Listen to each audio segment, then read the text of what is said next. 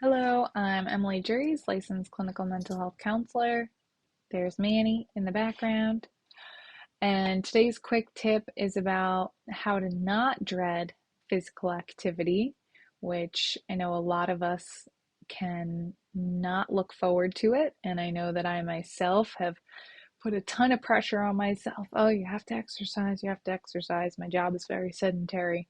Um, and I know people are telling us all the time to exercise, which it is for a reason, backed by research about how helpful it is for our overall physical and mental health and longevity and quality of life. So, just going to give a couple quick tips that hopefully can help with maybe reducing some of that dread a little bit, and still having movement in your life. So, first is finding a mindset that helps reduce the pressure that you might feel, whether that's pressure coming from other people or yourself. One thing that I remind myself of all the time is that anything is better than nothing. So instead of putting pressure with a certain time stamp or a certain distance stamp or a certain calorie stamp, I just say any movement will help. This reduces the amount of activation energy and motivation required to get started.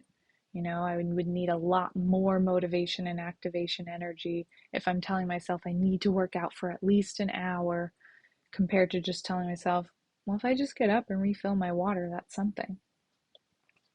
Second, find things that you actually like to do for movement, or at least things that you don't feel miserable doing. If you feel miserable going to the gym or running, then don't do it.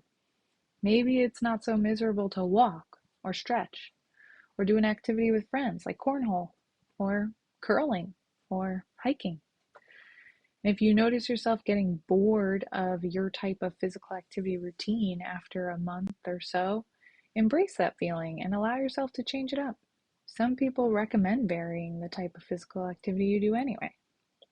So remember that any movement is helpful, no matter how small, and find things that seem more appealing and less miserable. I hope you find that helpful.